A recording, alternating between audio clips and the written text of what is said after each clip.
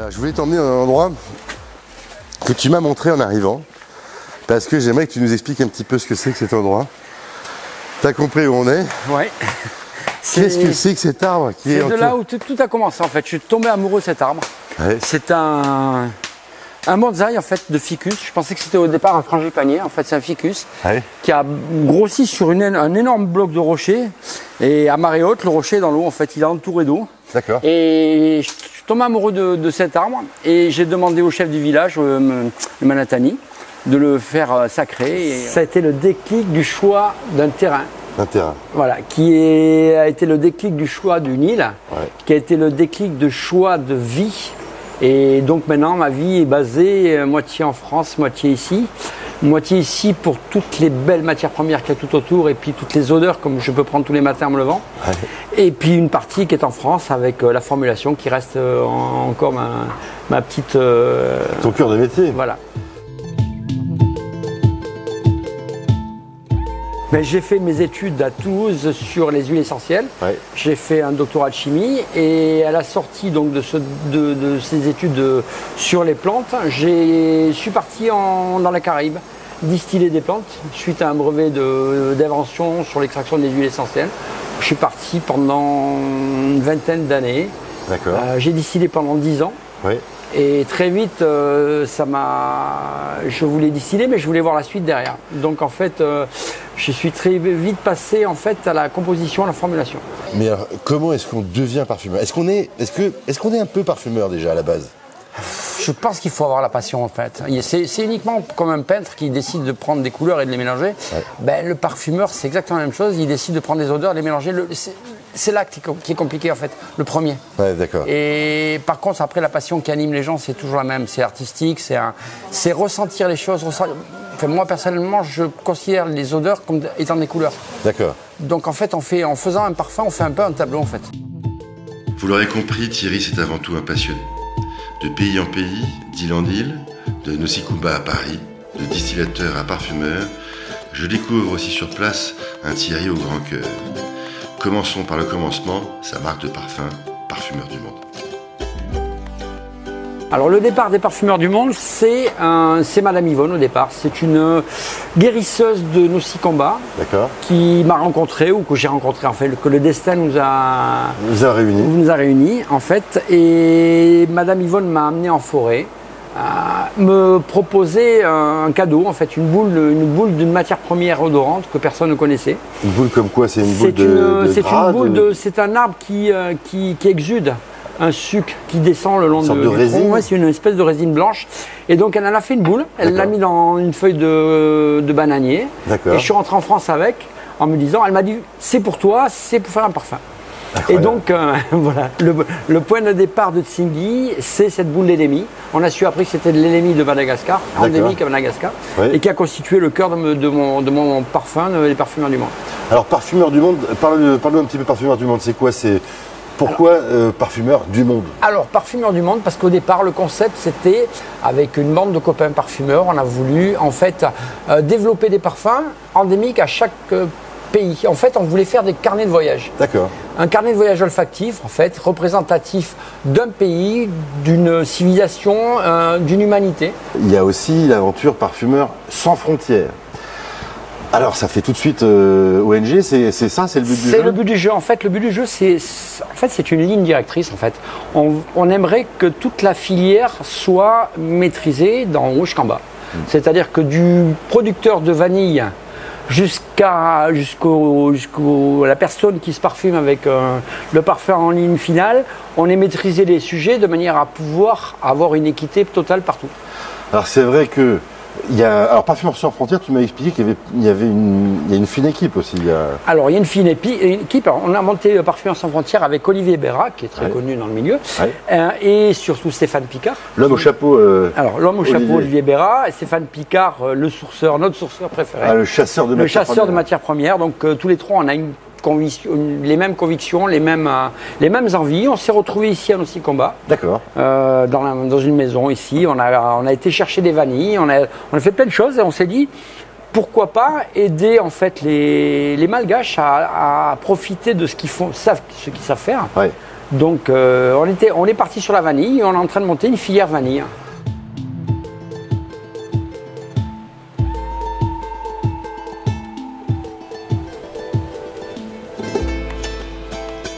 Alors, il faut savoir que de toutes les façons, la vanille passe par un état vert. D'accord. Elle est ramassée en étant vanille verte. D'accord. Et elle n'est jamais mûre sur le... Elle ne mûrit pas sur les plants. Même si sauvage, pas ramassée. Non, elle est ramassée verte et on la fait mûrir. Alors les Malgaches la mettent sur des nattes et les sortent tous les jours pendant, alors je ne sais pas exactement le nombre de jours, je crois que c'est une 60aine de jours. Et ils les sortent tous les jours, ils les re-rentrent, ils les ressortent, ils font le process de déshydratation. En fait, le processus de création de la vanilline se fait de la vanille verte à la vanille noire. D'accord. C'est la lumière qui provoque, en fait la lumière et la chaleur, qui provoque la réaction enzymatique de transformation, de création de la vanilline. Mais alors, le paysan en fait... Le paysan vend la vanille la plupart du temps verte à des intermédiaires qui eux l'amènent à maturation et eux font j'allais dire la culbute. Oui, c'est ça, la marge financière. Ne se fait pas par les agriculteurs. Elle se fait par des revendeurs ou même après par les gens qui les revendent encore en métropole.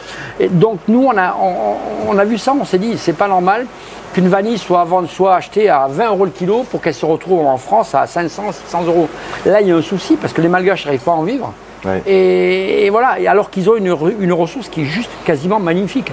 La vanille de Madagascar, c'est la plus belle vanille du monde. Elle est boisée, elle est jolie, elle a une fumée qui est extraordinaire. Donc, si je comprends bien, la raison d'être de Parfumeurs sans frontières, on va dire, s'il y a plusieurs volets, mais on va se concentrer sur Parfumeurs sans frontières, Nocikumba, c'est vraiment de donner de la valeur ajoutée au maximum localement. On est en train de mettre au point donc, avec Stéphane et Olivier un procédé d'extraction de la vanille verte. Donc on va passer d'une vanille verte à une vanille noire en 4-5 jours. Avec un procédé qui va être un procédé de choc thermique. Donc, alors, pour que l'on comprenne bien, la vanille verte que les paysans ramassent, qu'ils revendent en fait à des grossistes, eux ils vont la traiter, mais on ne va pas la traiter en plusieurs jours, ils vont la traiter. C'est 3 mois, en fait, dans 2-3 mois. Alors que nous on l'achète verte, ce qui évite déjà les vols. D'accord. Cette vanille verte, on va la congeler. Donc ça c'est la grande nouveauté. Donc, ce qui peut nous permettre de la sortir tout au long de l'année. Donc on n'a plus de période de traitement, puisqu'elle est congelée, elle ne risque rien. Et donc on a, suite à cette congélation, on a une décongélation. Très bien. À partir de la décongélation, on la met plein soleil pendant. Alors là, on va garder il faut garder des secrets. On va garder des secrets. Moi, je sais tout, j'ai été là. On a quelques jours, donc on a fait avec toi, François. Donc la vanille, ça y est, il connaît le process, François. Il n'y a aucun problème. Donc on est en train de faire un process donc de choc froid, chaud et froid du moins. Et donc au bout de quelques jours, on va se taire là-dessus, on va donc la mettre en macération dans un solvant. Et là, deuxième grosse nouveauté, on va faire dans un solvant qui est à base de rhum. Mais pas n'importe quel rhum. Alors, le problème c'est qu'on avait donc tout ce qui était matière première vanille, une très très belle vanille, et pour faire de l'absolu on avait de l'alcool de canne. Et donc j'ai essayé de chercher un peu partout, j'ai rencontré quelqu'un qui est absolument délirant, qui a fait des études pendant 20 ans sur la canne à sucre ici, et qui a fait notamment des recherches sur les rhums interdits. C'est-à-dire des rhums qui ont été faits autour des années 50, où les rhums, même avant les années 50, où les rhums étaient interdits de fabrication locale. D'accord. Et donc les populations locales faisaient en fait du rhum avec des souches de levure et de bactéries qui étaient singulières en fait. D'accord. Et donc ils donnaient au rhum une signature particulière. Une signature particulière. Donc cet homme-là a fait des recherches. Je l'ai rencontré tout à fait par hasard. Et donc il m'a fait goûter, dans son antre, il m'a fait goûter une cinquantaine de rhums différents. Il y en a une belle dont ce rhum absolument magique que j'ai adoré. Et je me suis dit pourquoi pas faire mon extraction avec ce rhum interdit. D'accord. De manière à donner en fait à l'absolu de vanille Nocikumba, qui a déjà une signature olfactive très forte, lui donner en plus un petit côté pirate, un petit côté flibustier en fait. Ouais, d'accord. Voilà. Donc on en est là.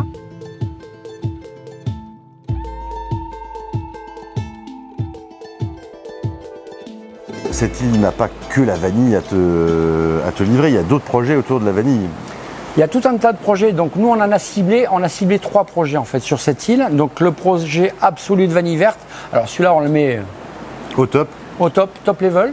Le deuxième projet, c'était de créer un alambic, de monter. Donc on a acheté un alambic qu'on a fait fabriquer, donc un alambic 100% malgache qu'on a fait faire à Tana.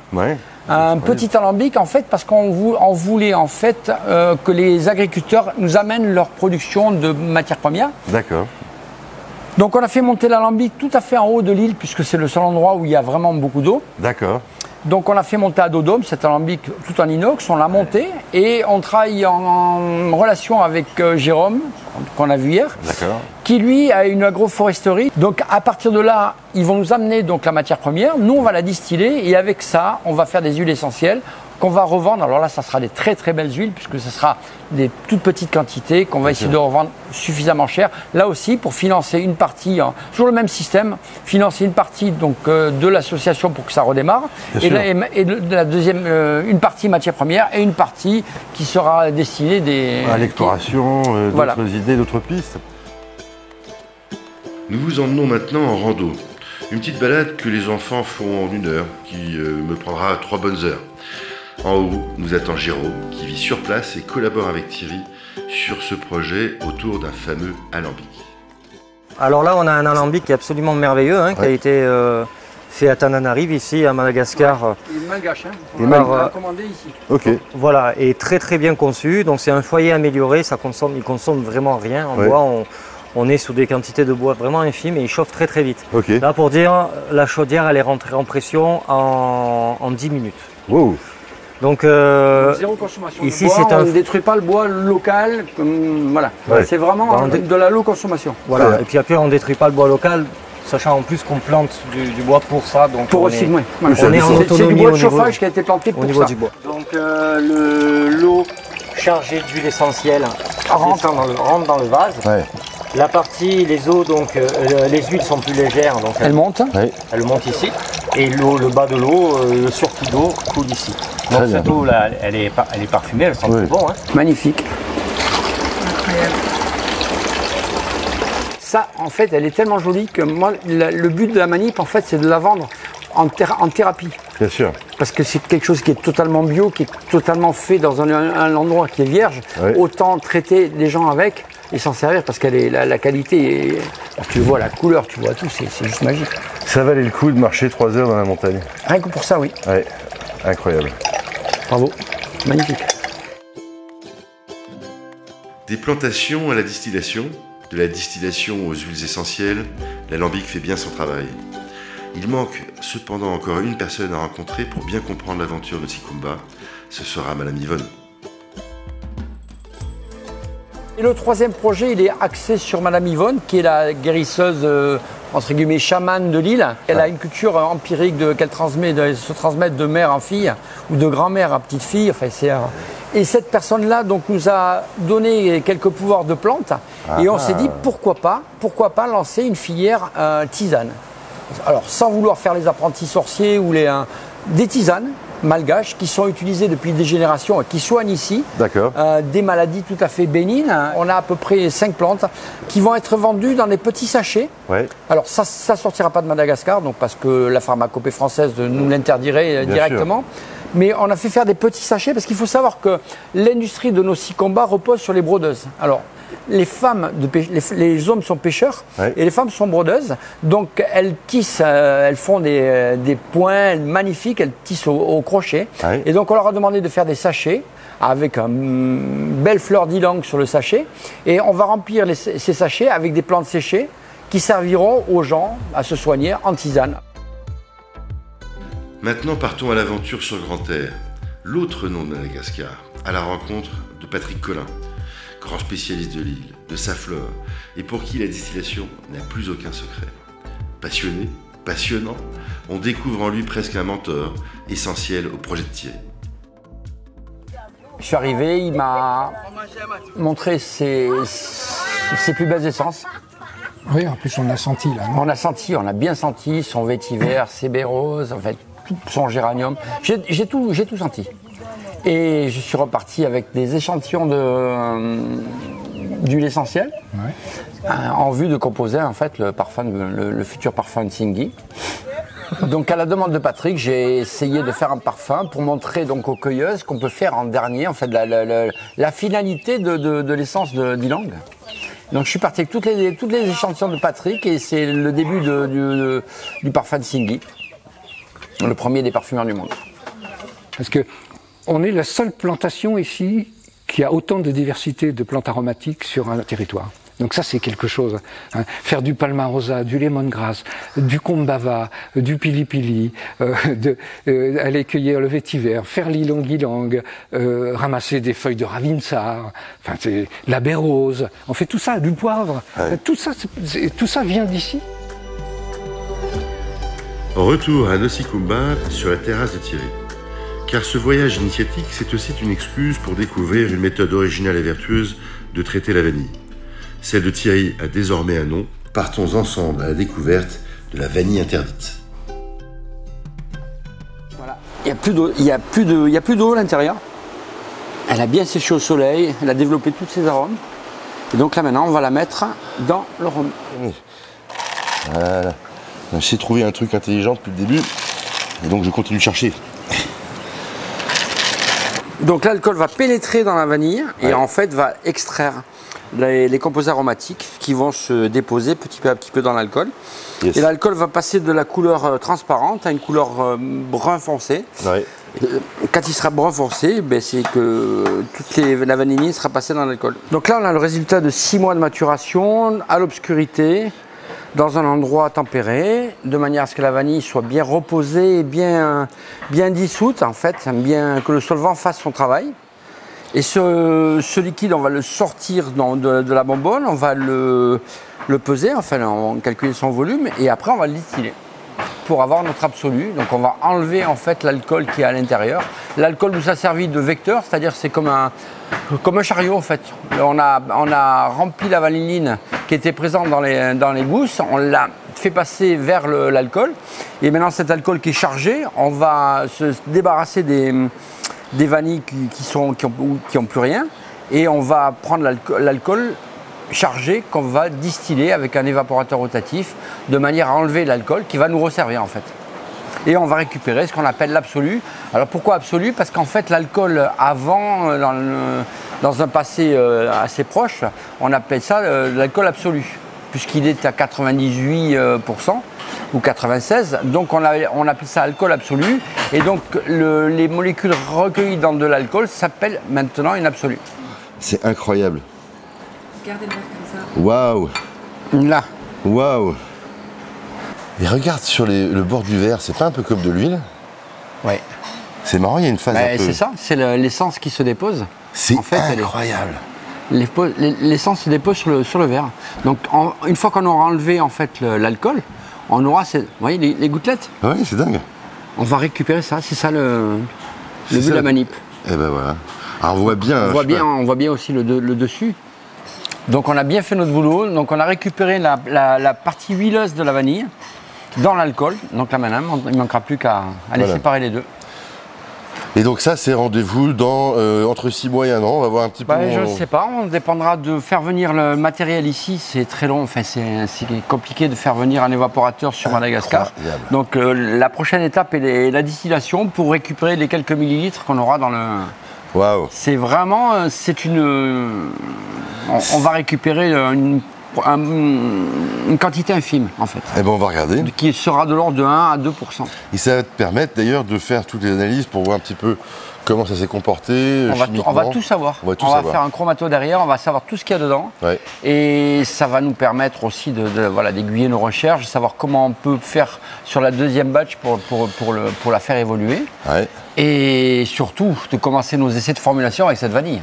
Première vanille noire de Madagascar obtenue avec du rhum. La vanille interdite est en cours de fabrication. Ben mon pote, merci pour tout. Je te remercie François, c'était vraiment génial. Un beau séjour ici, chez toi, dans ta maison. Et puis, je crois qu'on a quelque chose d'assez prometteur olfactivement. Rendez-vous à Paris pour le débrief, pour suivre l'aventure, parce que maintenant, il va falloir quand même traiter tout ça pour voir si on peut le mettre dans un parfum. En formulation maintenant. En formulation. Allez.